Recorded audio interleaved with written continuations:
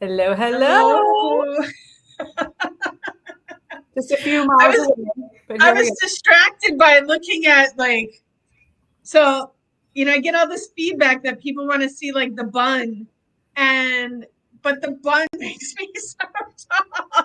And I'm like, if I lean forward, I'm out of the screen. So I gotta stay back. Stay back. I love it. I love your bun. Mom loves your bun. Just in case, I'm going to shout out to Mom. She always got to tell me I got to fix my hair. How's it looking, Mom? Did I get a little puffed in the little front and the little? She's too funny. But that's the hairdresser in her. I can't help it. This is who I am. Yeah, Daughter of no, the and hairdresser. it isn't it fun being the daughter of what I want to know is what does your mom like to be called? A beautician, Oh, a hairstylist, a cosmetologist. she's beautician. She's been beautician. So I think that's probably what she would go for, being called beautician. Because my grandma was also a beautician. Mhm. Um, but my mom was in that like for a phase she wanted to be called a cosmetologist because that Ah, encompasses everything. yeah. Yes. Yes. So, but Shout out to the moms. yes, to the moms and shout out to all like, you know, we're healers, like obviously like we do healing work with people, Yeah.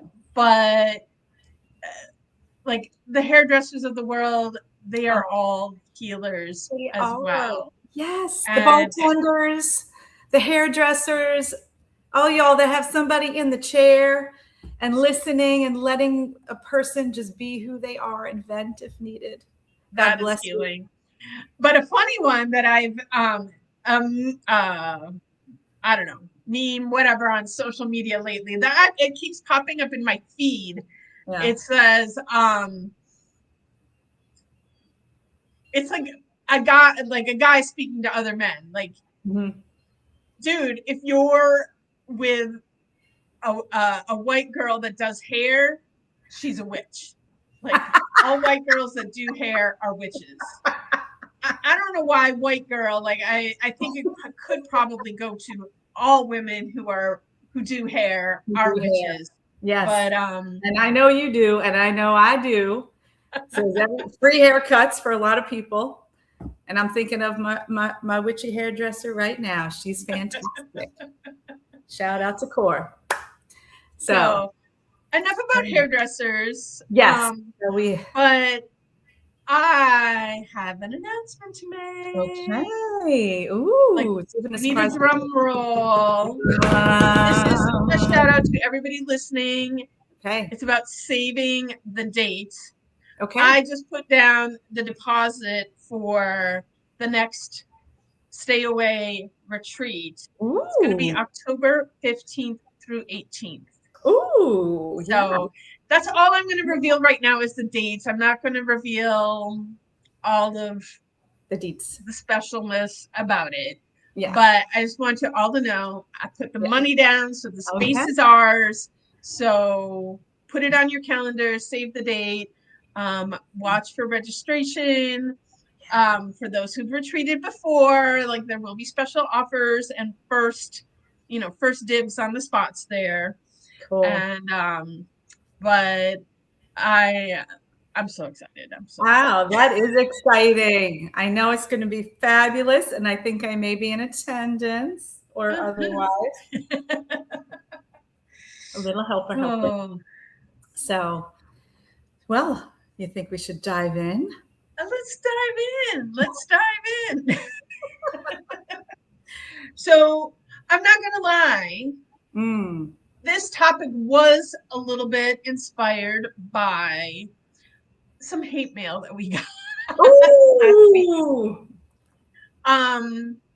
And it's interesting because the platform that I use to put this podcast out to all the podcast Mhm. platforms out there, like Mhm. if you want to listen on iTunes or Spotify or iHeart or Google or whatever the cajillion other podcast platforms are out there, like there's not enough time in my life to go do that myself. So there is this platform that I use that I upload it on there and then it does the work for me. But this thing has something called fan mail where people can send you messages. And after last week's episode, we got some interesting mail.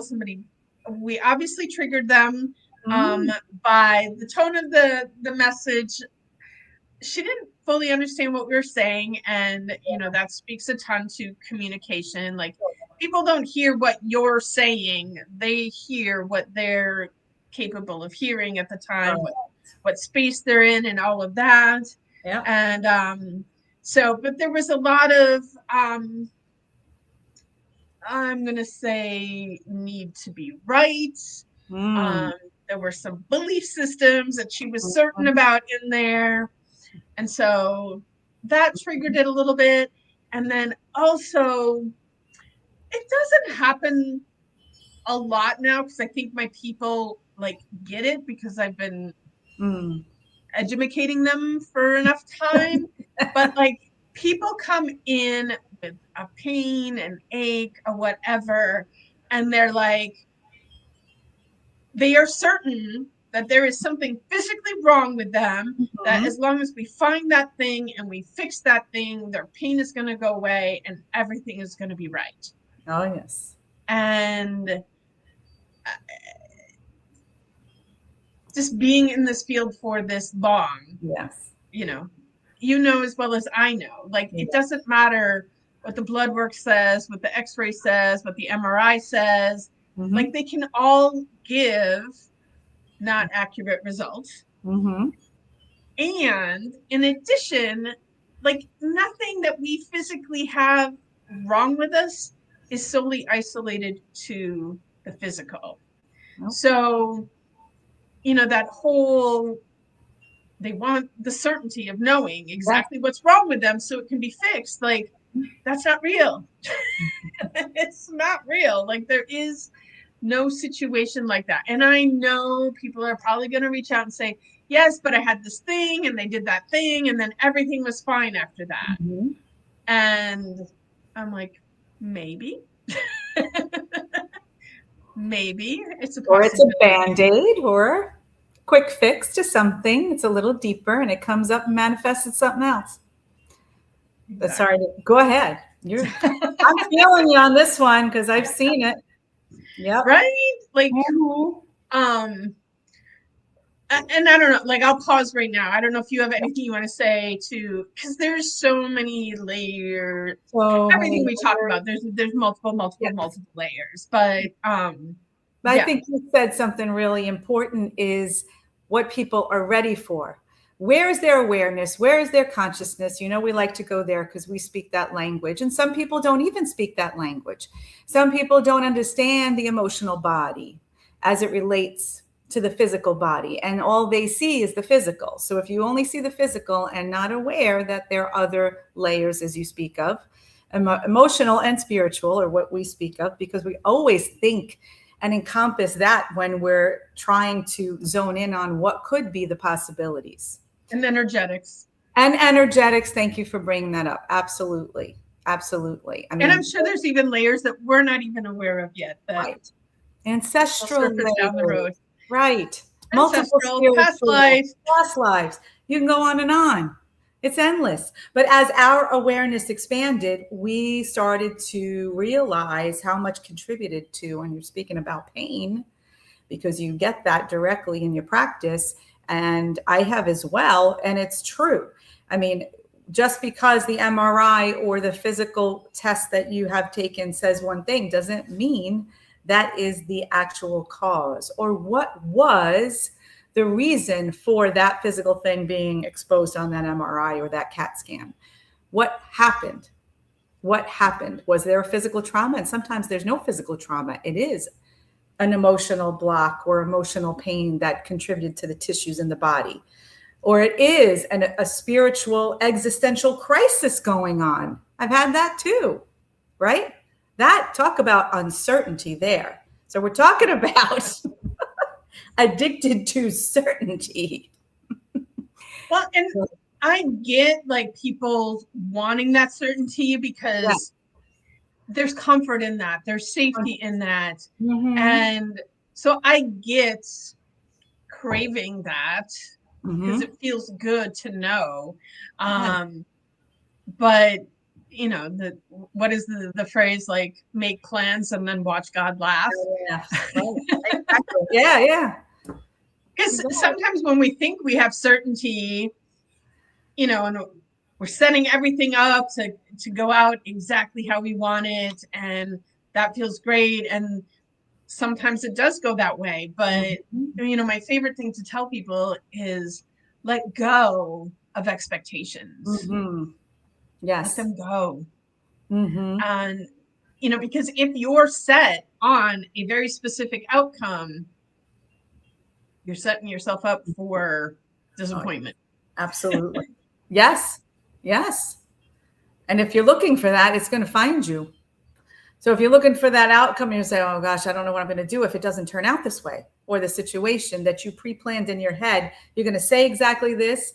The scenario is going to happen just like this. The outcome is just going to be like this, and it doesn't happen, and you're completely crushed, flabbergasted. I have a coworker. I have to call her out on this one because I'll go into the office and I'll say, "Well, this didn't happen," and she'll go, "Well, did you die?" "Well, did you die?" "No, I guess I didn't." Look at that. So over the years, I think I've been chiseled away at the open up to the right the uncertainty, because that's really what we're talking about when we have that certainty, because we feel this threat, this ambiguity. It's so kind of shaking the ground beneath our boots, and we feel unsafe. And if we don't have control over the circumstances, we don't want to play, right? And I think that's because I know a lot of people like that, and I have encountered a lot of people like that, and I try not to hold too tightly about my own right certainties that I like. I mean, yeah, I have some certainties that I like and I want to hold on to, like my paycheck every 2 weeks showing up in my bank account. It's funny because as we were preparing this, I'm trying to say, what are mine? Because we have to look at ourselves. We're not devoid of anything we're talking about now. We always are This, looking at yes. ourselves, right? Um, you know, Yeah. yes, we may be here sharing, preaching, whatever you want to call it, and we're still living this 3D human life. And so, you know, I love when I catch myself, like, you know better, Julietta, you know better. But we get caught up in this 3D human existence. And but what is interesting to me is the further down the path I get, the less I cling to certainty. Mm-hmm. And Mm-hmm. you know, the whole you know, the subtitle of this episode is why we cling to being right. Mm-hmm. And um I get the comfort in being right. I get Yes. the ego wants to be right. Yes. And you know, always, you know, we're all in this path searching for what is the truth. And the further along I get, the less tightly I hold on to what I figure out, because, you know, based on history, it's like what I know now is just to prepare me for what's coming next. Mm-hmm. Mm-hmm. Because to get from back there up there, like there's a lot of stages in between. And so some of those things, like you need, like, they're like rungs on a ladder to get you from one place to the next. And but sometimes we get to that next rung and we're just so righteous about it and holding on to it. This is the truth.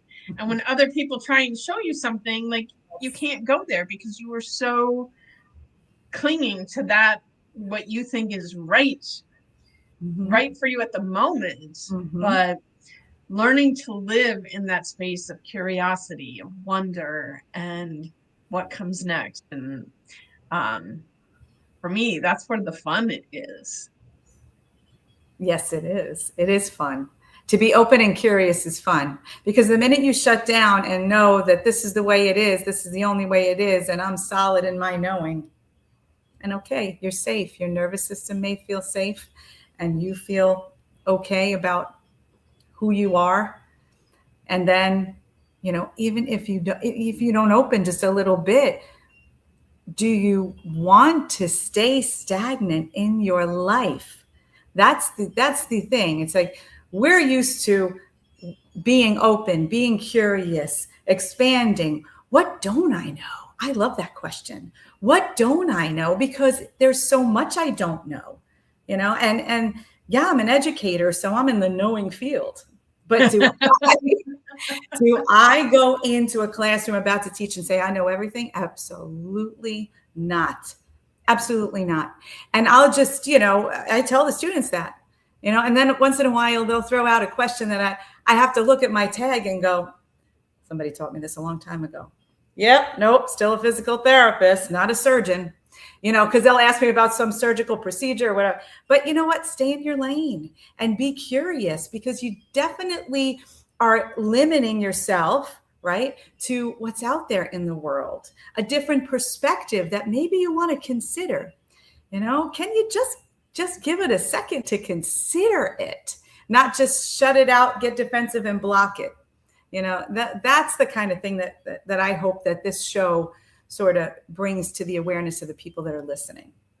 Yeah. So, I love our dear listener, Lara.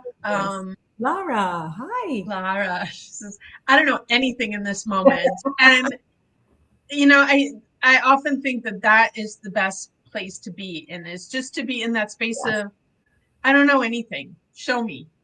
Universe, show me. Yeah. Like, because that's the thing too, is like believing something that you read or you heard, but you haven't experienced. Mm-hmm. Like when people are holding on so tightly to that, I'm like, just let it go and be open to what the universe is going to show you. Yes. We keep going back to the medical world because it's the world that we've lived in. Right. And, two things on this is, one, like when you look at what the research had proven was absolutely certain back when we were in school, to what the research shows is absolutely certain today. And people, they like hold on to that so tightly. And to the point of, sorry, I just don't mean to interrupt you, but to the point of scientists, not even, or I should say, allowing new scientific evidence to kind of squash the theory of the past that they have clung so tightly to, have taught, have lived by, to know it's the truth. I mean, things are constantly evolving, and we, in terms of technology or what we explore, is bringing new evidence to the scene. And so we've had actual control, biased, I should say, or confirmation bias even, but we have these people who are shutting things down as far as information goes and say, nope, that's not right, because it negates what's been such a consistent view for so long. And I wish I can remember exactly who that was, but I used to laugh years ago on Facebook. I would join all these physical therapy groups. I would get kicked out of the groups because I would challenge them on their quote unquote evidence-based medicine. And for me, like, the evidence is what I see happening with the clients. And also finding, like you said, like, so much of this falls outside of the physical realm.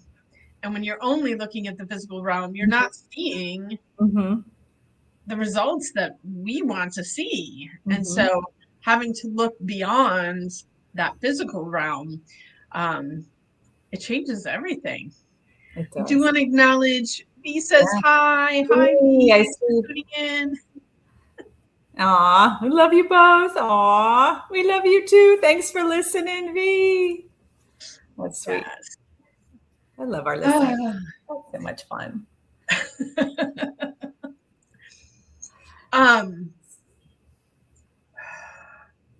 And so, talking about being right, like we often talk about, do you want to be right or do you want to be happy? Yeah. And for me, though, it goes so much beyond being right versus being happy. Like, I think we need to get to that spot where,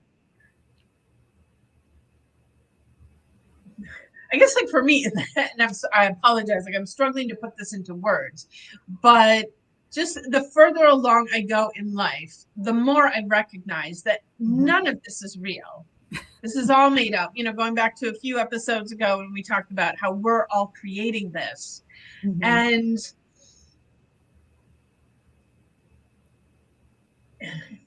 how are we going to hold on to the certainty of any of this being right, real, whatever, when it's not? And like when you start to have that realization that none of this is real, it just becomes absolutely ridiculous to try and hold on to any of it. And so I really find myself in a perpetual state of what else is possible. And I easily manifest that in my personal world. What I'm really looking forward to is how can we manifest that on a global world, scene. And, talking about like the evidence of none of this being real. I was watching someone earlier today talk about, and I've said this many times, so I'm like, I'm glad to hear someone else saying it, but you can see two people watching the exact same thing and have completely different stories of what they just witnessed. Absolutely. Yeah. And the perspectives are just crazy when you watch it and witness it and just take a step back objectively and see this. I mean, sorry to interrupt, but go ahead and finish. No, the fact that two people can watch the same thing, or five people can watch the same thing and report five different things. And oh my God, here's a blast from my past. Hi, Paige. It's good to see you. Hi, Paige. Hi for me too. I miss you guys. Aw. They used to live down here and they moved. Aww. But thanks to the Ethernet, we can stay in contact. There you go. And talking about so some of it may be, that bias that people are seeing things from the bias of where they're at. Yes. But then we also have this, is it, let me see too. Is it like different dimensions that we're seeing these things from, and in a different parallel reality, similar things are happening, but differently. And is it because one person's in one dimension and another person's in another dimension? I know it. And yes, I understand you. I know this is a little esoteric for maybe some people out there, but the more we expand and understand dimensions and understand realities and understand, and I know everybody has heard of the butterfly effect. That's just one that's a very mainstream look at what we're talking about, because perspectives change over time. And also the truth about even a movie or a scene that has been, I forget which is the most famous butterfly effect one, but you're certain you saw something on the TV, or you're certain you saw this scene that's so, common and well known. And then you go back and you look at that show, that TV, that movie scene, and you went, that's not exactly what I've been. You're talking about the Mandela effect. Thank you. The Mandela effect. Why did I say the butterfly effect? The Mandela effect. Sorry, you're right. Because and the butterfly effect too. But so the Mandela effect. Yes, we go back and we watch that piece, and it's exactly not the way we remembered it, but we can corroborate from with our childhood friends who watch that. You know, you can ask 10 people, oh yeah, that's exactly what happened. And then you go back and watch and it didn't. And I think it got its name because there were so many people that I think the belief was that he had died in prison. So many people believed that Nelson Mandela had died in prison and that he didn't. And so it was like, where did this differing come from? And like the Berenstein and the Berenstein Bears, like Bears. Yes. Which was it? And yes. There was something with peanut butter too. I don't know if it was Skippy or Jiffy or like the spelling of it on the jar. That's exactly what I was thinking of because of me and my peanut allergy.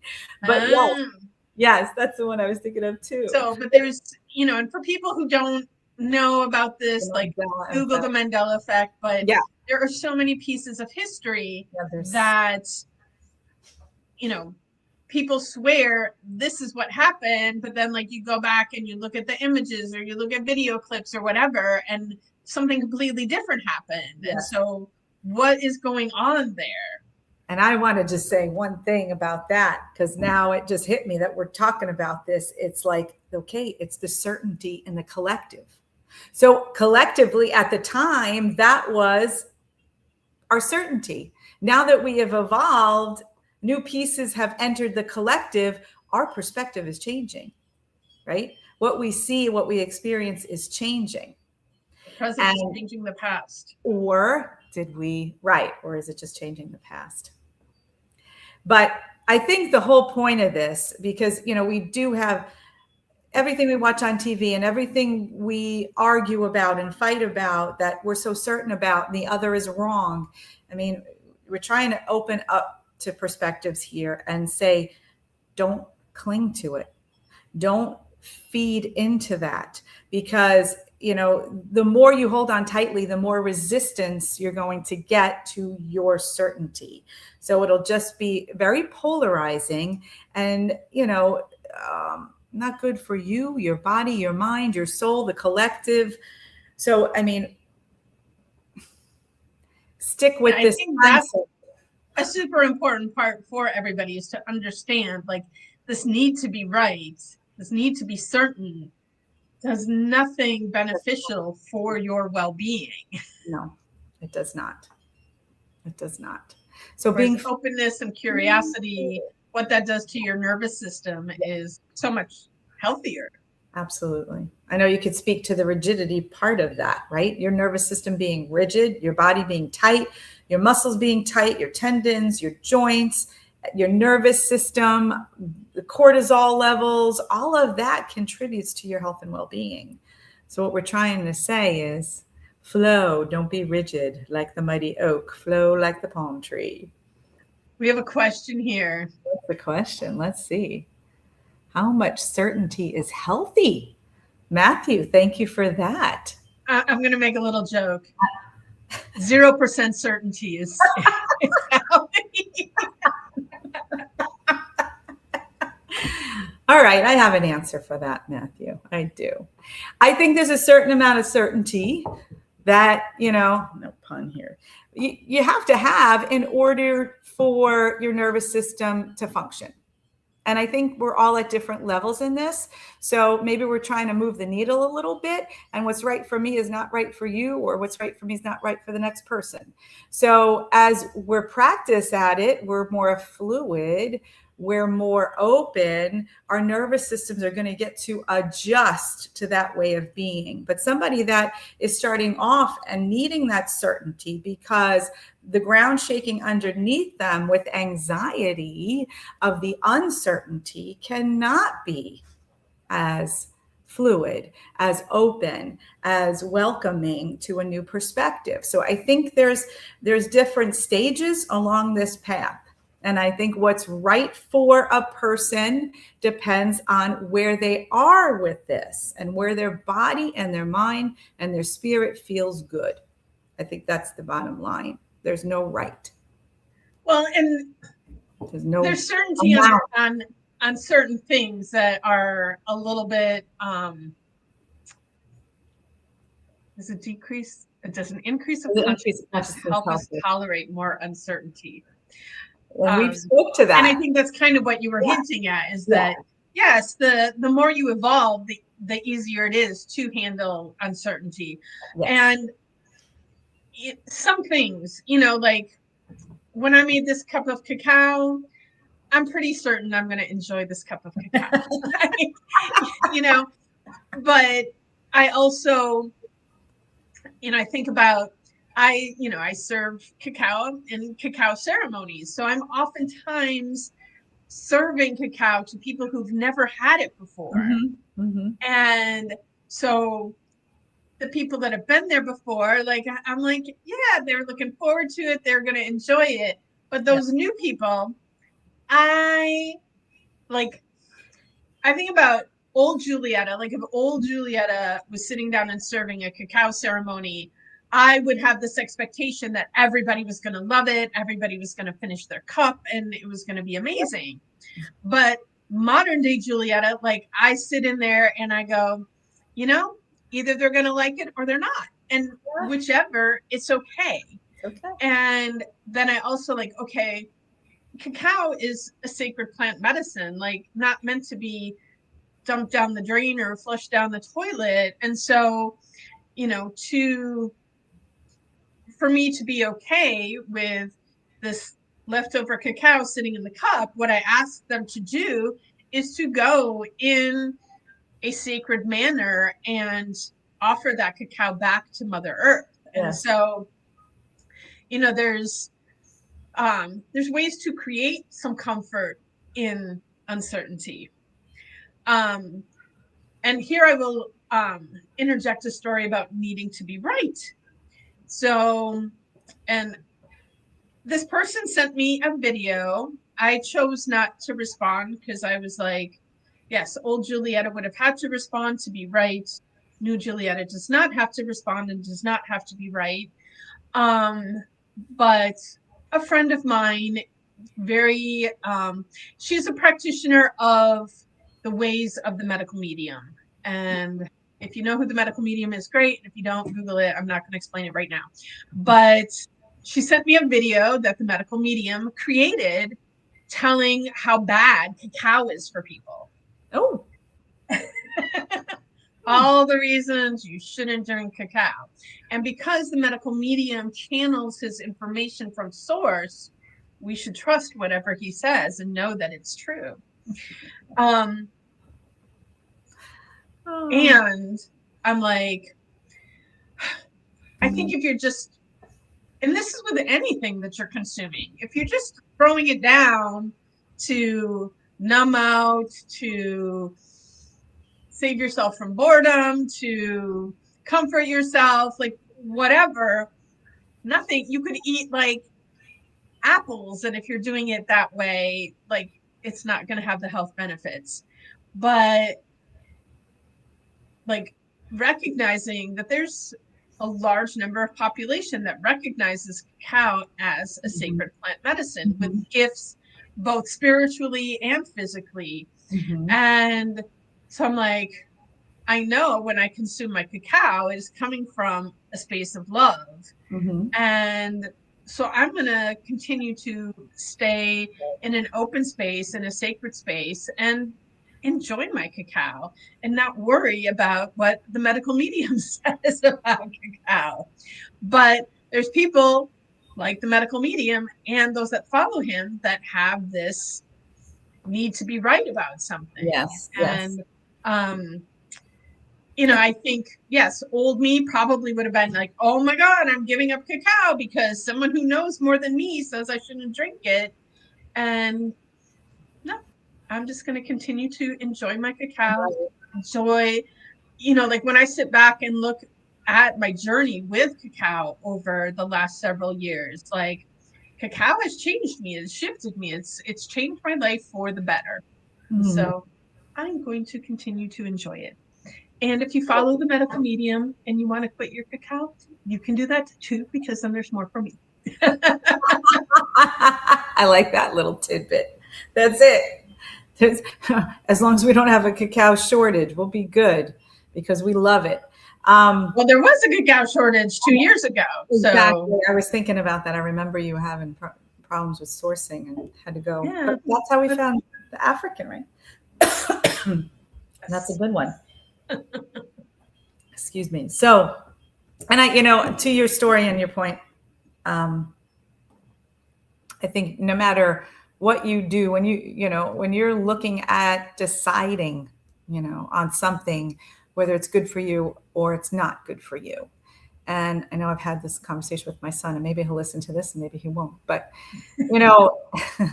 there's always someone out there, because our World Wide Web is huge, that is going to negate what you believe, right? There's so many opinions, so many perspectives, and you will, if you look, find exactly the opposite of what you may want to try or want to believe. So, I invite all of you to, instead of looking for why you shouldn't because you're uncertain, about something. Now I'm flipping the other way. Like if you're uncertain about something, you're looking on the internet to find that agreement, you'll find it. But how about trusting what's good for you is good for you, and let that other person have that perspective, just like Julietta just said. And because I talk about the news sources, and what people are watching, of course it feeds you, right? But I love the people that can watch anything at any time, everywhere, and not have such a, firm opinion about what they're saying. And kind of let it just jumble around, and don't hold on to that one's wrong and that one's right, because here we are again, clinging to the certainty of outcomes of elections, outcomes of whatever. So, don't look for it. Just decide, or have some discernment within yourself. I think that's what we're not trusting anymore, is our own discernment. We're looking for collaboration or corroboration, or somebody to tell us this is going to work, this is not going to work, this is going to make you feel better, this is not going to make you feel better, this is going to help with your pain, this is not going to help with your pain, this one's wrong, this one's right. It's just so much flooded into our awareness through this medium.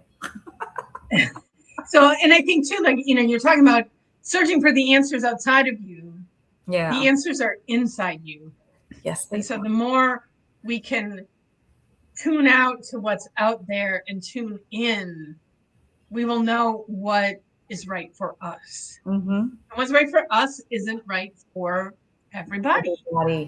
Exactly. And being okay with other people having what's right for them, and you can have what's right for you, and we can still be friends, and we can still get, this whole,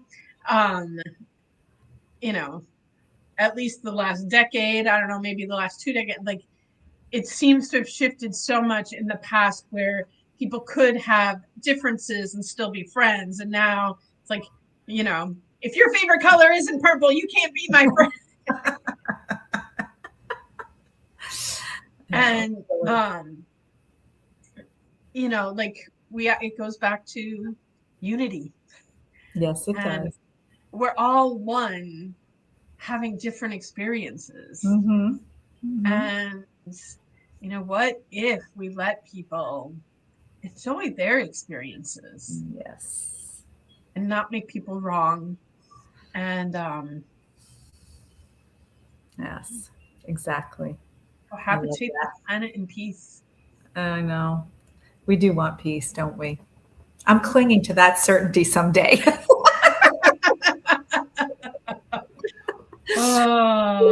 Peace, but no, I agree with you. And the more we could just allow others to have their perspective, their opinions, and let the sharing begin, because, as we're safe to share, I think we're going to grow. And I think collectively we're going to grow, and the unity is going to, become real unification. And, that's what we're we're about here. Hello. Hi, Lena. I'm loving the show because so many people Great. are chatting in the comments, so we know who's there. That's awesome. Love it. I love that. It's I love that someone shows up with questions, with comments, Yes. because this isn't just the Julietta and Dorice show. Like, we're here to interact and to hear what other people have to say, because neither of us are clinging to be right. I think one of the most healing things in my life has been letting go of that need to be right. I don't need to be right anymore. And, I used to pride myself.